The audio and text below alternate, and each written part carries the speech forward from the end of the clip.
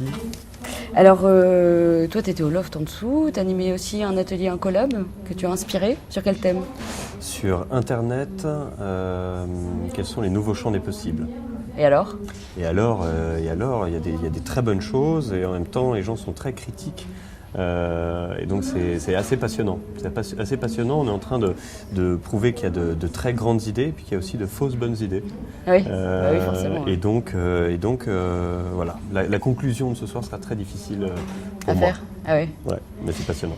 Et l'atelier, là, les gens, vous étiez sur quelle animation? C'était un et si et maintenant ou c'était un Descartes? Non, c'est les réussites d'Internet et de ces nouveaux champs des possibles, les échecs. Les échecs. Autres, Ouais. fourre-tout. Ouais. Et puis à la fin, des idées et des solutions. Et les idées qui ont émergé?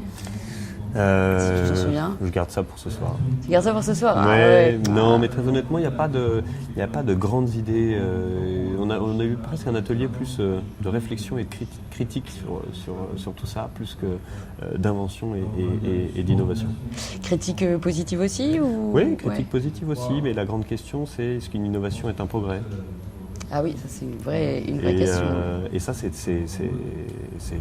purement passionnant. Ouais, et ouais, absolument. Et là, on a derrière nous un atelier sur, et on en parlait à l'instant avec Ismaël Lemouel, sur les nouvelles formes de gouvernance et les nouveaux rapports de pouvoir.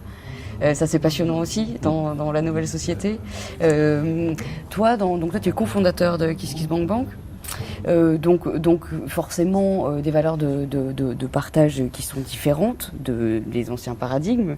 Ces notions de pouvoir, est-ce que tu les as vues bouger? Est-ce que tu les vois bouger? Est-ce que tu vois des nouvelles relations de pouvoir se mettre en place dans ton quotidien professionnel?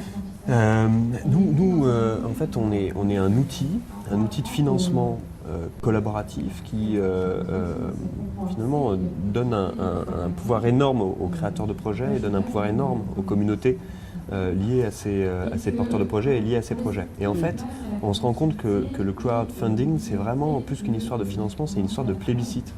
C'est des gens qui disent « je veux que ce projet existe Ouais. ». Et du coup, que le financement soit un financement totalement alternatif au mode de financement traditionnel dans le secteur évoqué ou un complément, ça change les choses. Ah oui. Bah ouais, parce que quand on fait du cinéma et que tout d'un coup on vient prendre un complément au fonds institutionnel, privé, classique, etc., et bah c'est pas le même rapport à notre outil que quand on vient chercher la totalité d'un financement en s'affranchissant des systèmes de financement traditionnels. Ouais. Donc ce qui est assez riche en fait chez nous, c'est qu'il y a un peu de tout. Et il y a un petit peu tous les rapports de pouvoir, tous les rapports de force qui s'exercent.